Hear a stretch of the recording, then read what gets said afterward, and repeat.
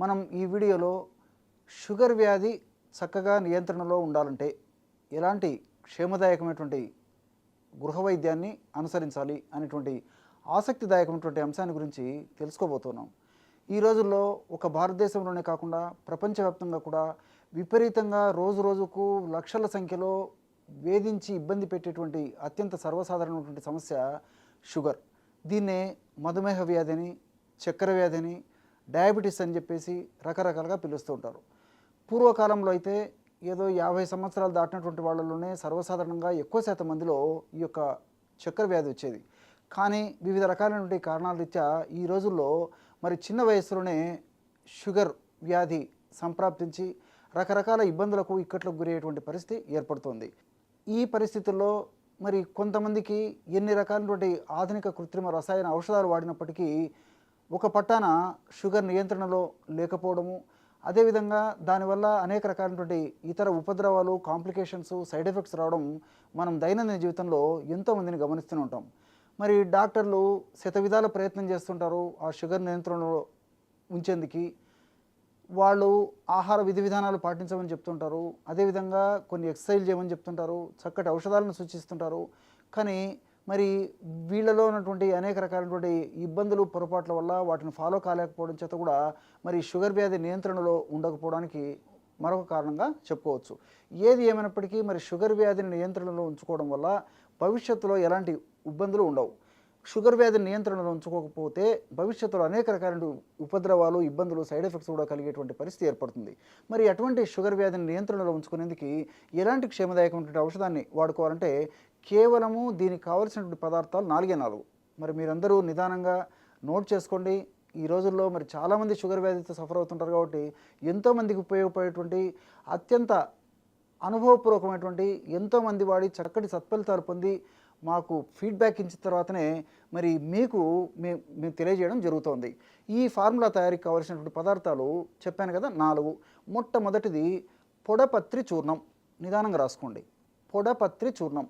దీన్నే మధునాశిని చూర్ణం అనేటువంటి పేరుతో సంస్కృతంలో పిలుస్తారు. మధునాశిని, మధు అంటే తీపు, నాశిని అంటే నశింపజేసేది. తీపును నశింపజేసేటువంటి అత్యుత్తమైనటువంటి గుణాలు ఇందులో పొందుపరిచి ప్రకృతి నిక్షిప్తీకరించి మనకు ప్రసాదించడం చేత దీన్ని మధునాశిని అంటారనమాట.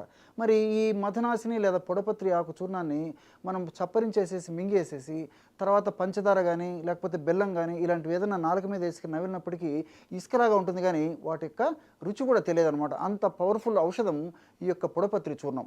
దీన్ని ఒక 50 గ్రాములు తీసుకోండి. అలాగే రెండవది నేరేడు విత్తనాల చూర్ణం. ఇవన్నీ కూడా మనకు మార్కెట్లో దొరుకుతాయి.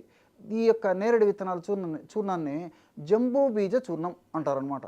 ఈ జంబూ బీజ చూర్ణం కూడా ఒక 50 గ్రాములు తీసుకోండి. దీంతోపాటు మెంతులను వేయించి చేసినటువంటి చూర్ణం 50 గ్రాములు, పసుపు కొమ్ములు దంచి తయారు చేసుకున్నటువంటి చూర్ణం 50 గ్రాములు. ఈ 4 పదార్థాలు కలుపుకోవడం వల్ల 200 గ్రాముల ఔషధం రెడీ అయిపోతుంది. ఈ 200 గ్రాముల ఔషధం మనకి 40 రోజులకు సరిపోతుంది. లెక్క కూడా ఎలాగనో చెప్తాను చూడండి. ఈ విధంగా 4 పదార్థాలు కలిపేసి ఒక గాజు సీసాలో నిల్వ ఉంచుకొని రోజు ఉదయం ఆహారం తర్వాత ఒక 10 నిమిషాల తర్వాత, రాత్రి ఆహారం తర్వాత ఒక 10 నిమిషాల తర్వాత 100 మిల్లీలీటర్ల కాచి చల్లార్చినటువంటి నీళ్ళలో 1/2 టీ స్పూను అంటే 2.5 గ్రామ్స్ ఉదయము, 2.5 గ్రామ్స్ రాత్రి, 100 ml ఈ కాచి చల్లార్చినటువంటి నీళ్ళలో కలిపేసి తీసుకోవాలన్నమాట. ఈ విధంగా రోజు 5 గ్రాముల చూర్ణాన్ని మనం ఈ విధంగా సేవించడం వల్ల మనకి 40 రోజులకి 200 గ్రాముల ఔషధం వాడుకున్నట్లు అవుతుందన్నమాట. ఈ విధంగా ఔషధాన్ని వాడేసేసి మరలా తాజాగా తయారు చేసుకుని మరలా వాడుకుంటుండాలి. ఈ విధంగా క్రమం తప్పకుండా వాడుకుంటుండడం వల్ల షుగర్ వ్యాధి నియంత్రణలో ఉండడమే కాకుండా షుగర్ వ్యాధి వల్ల వచ్చేటువంటి అనేక ఉపద్రవాలు తగ్గిపోతాయి. అంతేకాకుండా ఆల్రెడీ ఉపద్రవాలు వచ్చినప్పటికీ అవి చాలా త్వరగా తగ్గేందుకు కూడా ఈ యొక్క ఔషధాలు సహకరిస్తాయి. ఇక్కడ మీరు మరొక విషయం కూడా గమనించాలి. ఈ యొక్క ఔషధాలు వాడుకోవడం వల్ల ఆధునిక కృత్రిమ రసాయన ఔషధాల వాడకం కూడా చాలా వరకు తగ్గించవచ్చు అనమాట. ఎప్పుడైతే ఆధునిక కృత్రిమ రసాయన ఔషధాల వాడకము డోసు మనం పెంచుతామో అప్పుడు షుగర్ వ్యాధి వల్ల వచ్చేటువంటి సైడ్ ఎఫెక్ట్సే కాకుండా ఈ యొక్క ఆధునిక కృత్రిమ రసాయన ఔషధాల వల్ల కూడా సైడ్ ఎఫెక్ట్స్ వస్తుంటాయి. కాబట్టి మరి ఈ యొక్క ఔషధం వాడుకోవడం వల్ల వాటి యొక్క సైడ్ ఎఫెక్ట్స్ రాకుండా ఉంచేందుకు ఉపయోగపడుతుంది. అదేవిధంగా షుగర్ను చక్కగా నియంత్రణలో ఉంచేందుకు కూడా సహకరిస్తుంది అనమాట. ఈ యొక్క ఔషధం వాడుకోవడం వల్ల మరొక ప్రయోజనం ఏంటంటే బాడీలో విపరీతంగా రెసిస్టెన్స్ పవర్ను పెంచుతుంది. అంటే ఎప్పుడైతే దేహంలో రెసిస్టెన్స్ పవరు, ఇమ్యూనిటీ పవరు, వ్యాధి నిరోధక శక్తి పెరుగుతుందో అప్పుడు చిన్న చితక జబ్బులు రాకుండా ఉంటాయి. వచ్చినటువంటి జబ్బులు కూడా త్వరగా తగ్గేందుకు అవకాశం ఏర్పడుతూ ఉంటుందన్నమాట. కాబట్టి ఈ పద్ధతిలో ఈ యొక్క ఔషధాన్ని తయారు చేసుకుని మనం దీర్ఘకాలం పాటు వాడినప్పటికీ అన్నీ మనకు సైడ్ బెనిఫిట్స్ ఉంటాయి, ఎలాంటి సైడ్ ఎఫెక్ట్స్ కూడా ఉండవు. చూశారు కదా, ఇటువంటి సులువైనటువంటి ఔషధ యోగాన్ని షుగర్ వ్యాధి నియంత్రణలో ఉంచుకునేందుకు మీరు ఈ వీడియోలో తెలుసుకున్నారో. మరొక వీడియోలో మరొక అంశంతో మళ్ళీ కలుద్దాం. అంతవరకు నమస్కారం. మీ చిట్టిపొట్ల.